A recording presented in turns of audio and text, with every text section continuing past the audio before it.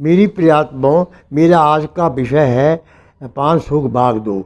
मैं साथी श्रोतागण से निवेदन करता हूँ कि ध्यानपूर्वक सुनिएगा और लाभ उठाइएगा। व्यक्ति को अपनी रुचि एवं योग्यता के अनुसार ही व्यवसाय का चुनाव करना चाहिए। ऐसा करने से उसके जीवन में स्वयं ही सुख उत्पन्न हो जाएगा, क्योंकि शौक के काम में व्यक्ति तल्लीन हो जाता है। तल्लीनता से अत्यधिक प्रसन्नता होती है। इससे लगभग 50% रोग दूर हो जाते हैं। हम देखते हैं संसार में हमसे ऊंचे पदों पर एवं स्थानों पर अनेक व्यक्ति हैं। प्रत्येक व्यक्ति यदि चाहे वह उच्चाधिकारी व बड़ा धनी बने तो कहाँ संभव है। अपने से निर्धनों को देखिए जिन्हें पेट भर भोजन नहीं मिलता, तब आपको प्रतीत होगा कि आप कितने भाग्यशाली हैं। दो वक्त की इज्जत से पेट आप कितने भाग्यशाली हैं, दो समय इज्जत से पेट भर भोजन कर लेते हैं। कितने ही आप जैसे व्यक्ति सड़कों पर पड़े ठुठुरते हुए रात्रि व्यतीत कर रहे हैं, नंगे उघाड़े एकांत पड़े रहते हैं। आप इसके विपरीत अपने घर में मज़े से रात्रि व्यतीत कर रहे हैं। जरा सोचिए आप कितने भाग्यवान हैं।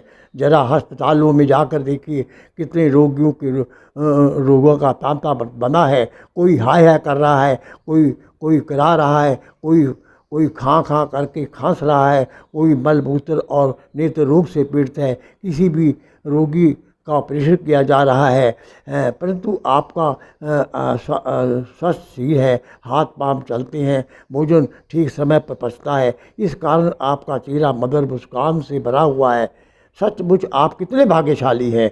परमात्मा ने जो आपको दे रखा है वह आपकी वस्तुओं से अधिक है। जो नहीं दे दिया उसके बिना भी आपका अच्छी प्रकार से निर्विघ्न गुजारा चल जाता है। जब हम अपनों से अधिक दुखी दुनिया के लोगों को देखते हैं तो सचमुच हमें प्रतीत होता है वस्तुतः हम बड़े भाग्यशाली हैं। अब यह कहना उचित है कि हमारे सारे दुखों एवं दुखों का एकमात्र मूल कारण है आसक्ति। आसक्ति क्या होता है? अत्यधिक मोह।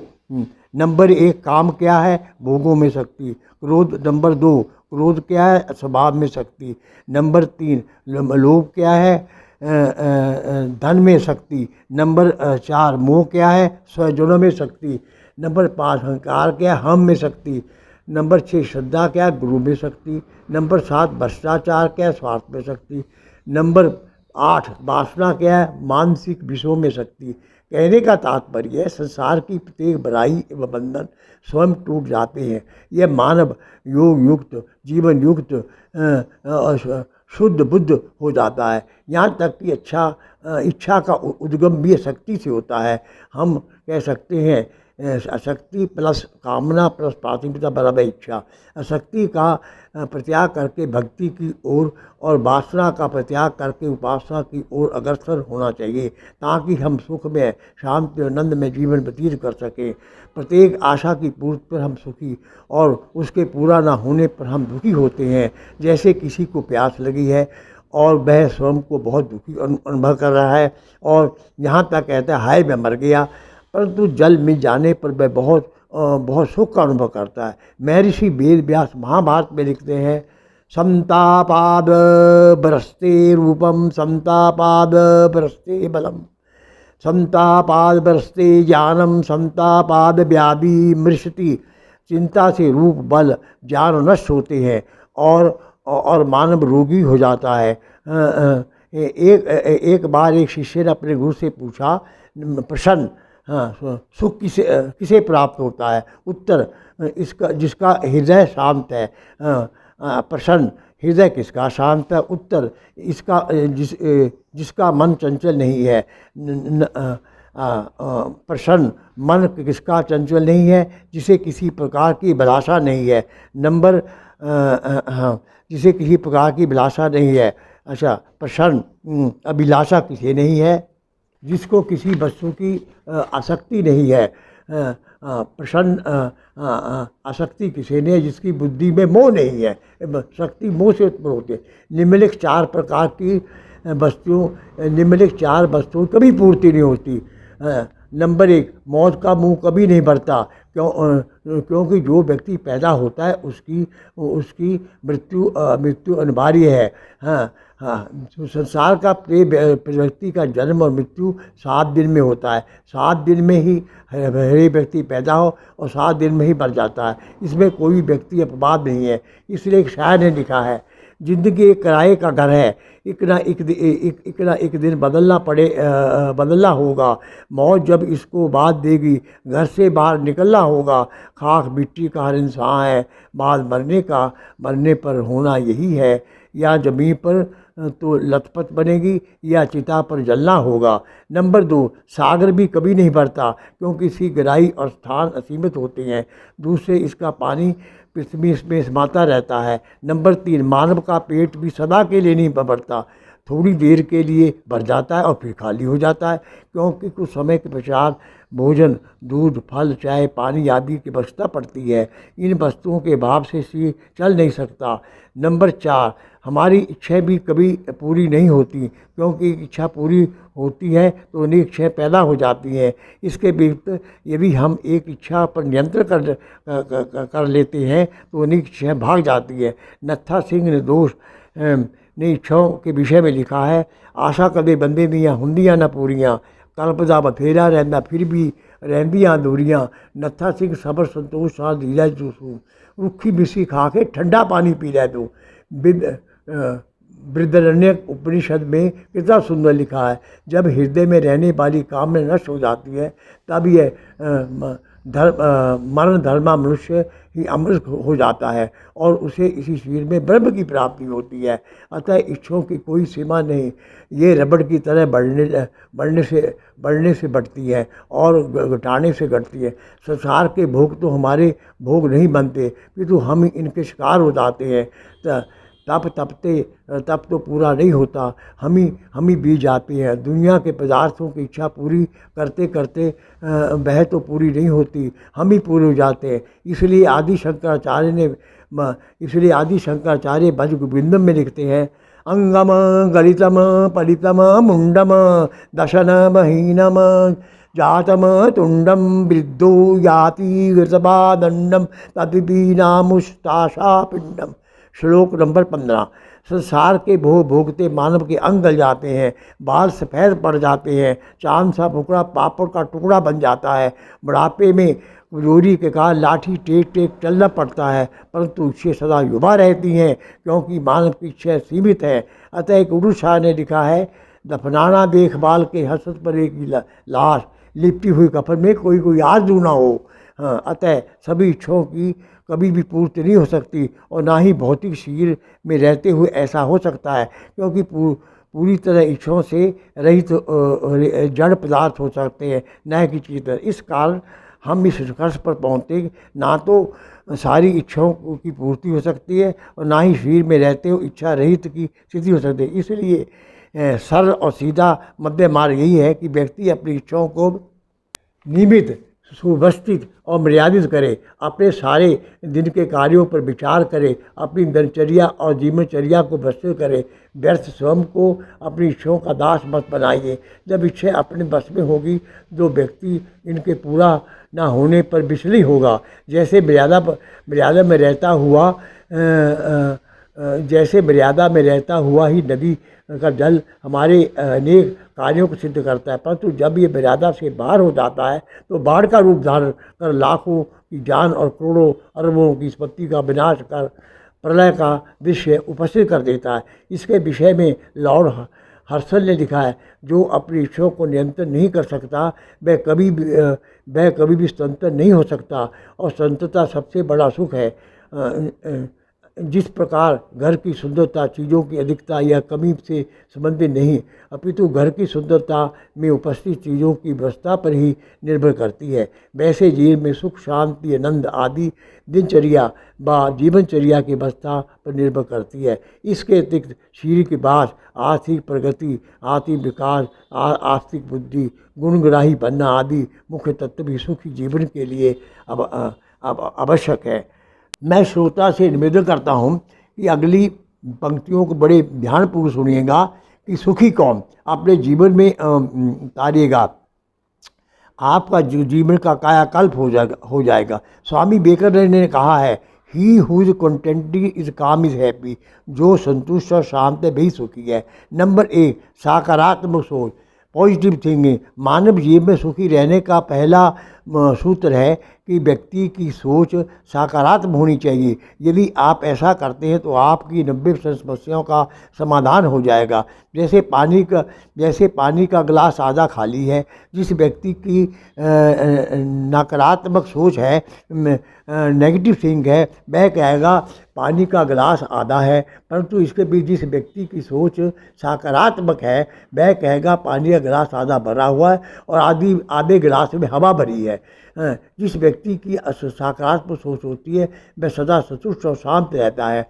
अतः वह सदा दुख में भी सुख को ढूंढता है। वह गुणगुनाता है, God is in his heaven, all is right with the world, Robert Browning. Number 2, सदा प्रभु की रजा में रहना। व्यक्ति को सुखी रहने के लिए सदा प्रभु की रजा में रहना चाहिए। यदि वह ऐसा नहीं करेगा तो कभी भी सुखी नहीं हो सकता। जैसे एक कवि के शब्दों में, ना मैं ये चाहता हूँ ना वो चाहता हूँ, बस अपने रब की रजा चाहता हूँ। नंबर 3, वर्तमान में रहना। एक अंग्रेजी लेखक ने लिखा है, past is experience, present is experiment, future is expectation. भूत अनुभव, वर्तमान तजुर्बा और भविष्य आशा है। सुखी रहने के व्यक्ति को सदा वर्तमान में रहना चाहिए, क्योंकि भूत गुजर चुका है, क्योंकि भूत गुजर चुका है, जो कभी नहीं आएगा। भविष्य सर्वथा ज्ञात है, परंतु हमें भूत से अनुभव प्राप्त करना चाहिए और भविष्य के लिए योजना बनाकर वर्तमान में रहना चाहिए, तभी हम सुखी रहेंगे। जैसे पूर्व राष्ट्रपति अब्दुल कलाम ने लिखा है, past is best paper, present is news paper, future is question paper, so read and right carefully, otherwise life will be tissue paper. Number 4, प्राप्त ही प्राप्त है। सुखी रहने के लिए यह परामर्शक है कि परमात्मा ने हमें जो कुछ रखा है उससे संतुष्ट रहिए। जैसे किसी व्यक्ति के पास 90 रुपये हैं, उसे संतुष्ट रहना चाहिए, परंतु आलस्य को त्याग कर उन्हें 100 रुपये बनाने का प्रयत्न करना चाहिए। आज तक 100 दुनिया में 100 किसी के पूरे हुए। यहाँ तक कि सिकंदर, जिसने सारा देशों को लूटा था, जिसके पास मान के इतना धन था कि 42 ऊँटों पर उसकी चाबियाँ लानी पड़ी, वो भी खाली हाथ हो गया, उसके भी 100 पूरे नहीं हुए। ये लाज कभी पूरा नहीं होता। यदि आप ऐसा नहीं कर सकते, जीवन में कभी भी सुखी नहीं रह सकते। परंतु दुर्भाग्यवश व्यक्ति को जो कुछ मिला है उससे वह संतोष नहीं करता और जो नहीं मिला उसके लिए दुखी होता। हमें किसी भी व्यक्ति की दूसरों से तुलना नहीं करनी चाहिए, क्योंकि संसार का प्रत्येक व्यक्ति बेजोड़ है, तभी हम सुख रह सकते हैं। इसके विषय में मैं आपकी सेवा में निम्नलिखित जीवन के में खुशी का राज नामक दृष्टांत प्रस्तुत करना चाहता हूँ, ताकि आप का जीवन खुशी से भर जाए। मैं श्रोतों से निवेदन करता हूँ कि ध्यानपूर्वक सुनिएगा। जंगल में एक कौवा रहता था जो अपने जीवन से पूरी तरह संतुष्ट था। एक दिन उसने बत्तख देखी और सोचा, यह बत्तख कितनी सफ़ेद है और मैं कितना काला हूँ। यह बत्तख तो संसार की सबसे ज़्यादा खुशी पंछी होगी। यह बत्तख तो संसार की सबसे ज़्यादा खुशी पंछी होगी। उसने अपने विचार बत्तख को बताए। बत्तख ने उत्तर दिया, दरअसल मुझे भी ऐसा लगता है कि मैं सबसे अधिक खुशी पंछी हूँ। जब तक मैंने 2 रंग वाले तोते को नहीं देखा था। अब मेरा ऐसा मानना है कि तोता सृष्टि का सबसे अधिक सुखी पंछी है। फिर कौवा तोते के पास गया। तोते ने उसे सुनाया, मोर से मिलने से पहले तक मैं यही अत्यधिक खुशहाल ज़िंदगी जीता था, परंतु मोर को देखने बाद मैंने जाना कि मुझसे केवल 2 ही रंग हैं, जबकि मोर में विविध रंग हैं। तोते को मिलने के बाद वह कौवा चिड़ियाघर में मोर से मिलने गया और बोला, प्रिय मोर, तुम तो बहुत खूबसूरत हो, तुम्हें देखने रोज़ हज़ारों लोग आते हैं। मेरे अनुमान से तुम धरती के सबसे अधिक खुश पंछी हो। मोर ने उत्तर दिया, मैं सदा यही सोचता था कि मैं ही सबसे खूबसूरत हूँ, लेकिन मेरी सुंदरता के कारण ही मैं इस चिड़ियाघर के फंसा हुआ हूँ।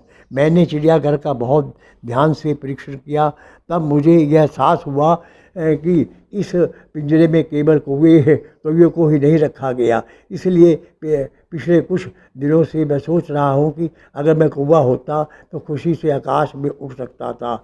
कहानी का इस संसार में यह कहानी संसार में हमारे हमारे परेशानी का सार प्रस्तुत करती है। कौवा सोचता है बत्तख खुश है, बत्तख मुझे लगता है कि तोता खुश है, तोता सोचता है बहुत सुख है, जबकि बहुत सोचता है कौवा सबसे खुश है। हमें किसी की तुलना नहीं करनी चाहिए, तभी हम खुशी रह सकते हैं। इससे हमें यही शिक्षा मिलती है, हम दूसरों की तुलना अ, अ, अ, इससे हमें यही शिक्षा मिलती है, दूसरे तुलना हमें सदा दुखी करती है। हमें दूसरों के लिए की खुशी होना चाहिए, हमें दूसरों के लिए खुश होना चाहिए, तभी हम खुशी मिलेगी। हमारे पास जो कुछ है उससे हमें सदा खुशी रहना चाहिए। विषय संतोष ही मानव जीवन का सबसे बड़ा धन है। जैसे गुरु साहब ने लिखा है, आदमी कितना अंधेरे में खोया, हथेली पर मुकद्दर तलाश करता है, प्यास बुझती है पानी की दो चार बूंदों से, हफ सीतती है कि समुद्र तलाश करता है। निष्कर्षते हमें जीवन को सुखी बनाने के लिए भौतिकवाद आध्यात्मिकवाद परिश्रम में पुरुषार्थ का सुंदर समन्वय करना होगा और अपनी इच्छाओं का वैज्ञानिक विश्लेषण ही करना होगा। सुखी जीवन के लिए प्रत्येक व्यक्ति को शारीरिक रूप से स्वस्थ, आर्थिक रूप से संपन्न, मानसिक रूप से संतुष्ट एवं शांत, बौद्धिक रूप से जागृत और आत्मिक रूप से पवित्र एवं पावन होना चाहिए। आनंद और दया के फुहारे बनकर प्रेम सूझबूझ और कृपा की वर्षा कीजिए। हमें सच्चा आनंद तो उसी स्रोत से प्राप्त होता है जिसने हमें अस्तित्व दिया है, अर्थात मैं सर्वशक्तिमान परमात्मा।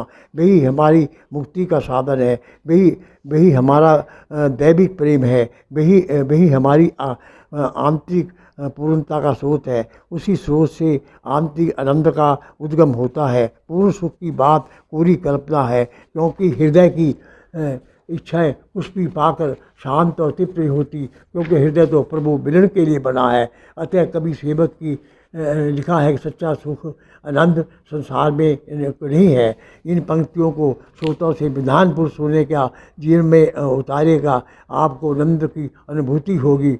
ना इस संसार में सुख है, ना परिवार में सुख है, ना सुख है नौकरी में, ना कारोबार में सुख है, ना कोठी में, ना बंगले में, ना मोटर कार में सुख है, ना हीरे मोती, ना सोना चांदी के भंडार में सुख है, ना ऐश में, ना कैश में, ना मौज बहार में सुख है, ना कुर्सी में, ना ड्यूटी में, ना राज दरबार में सुख है।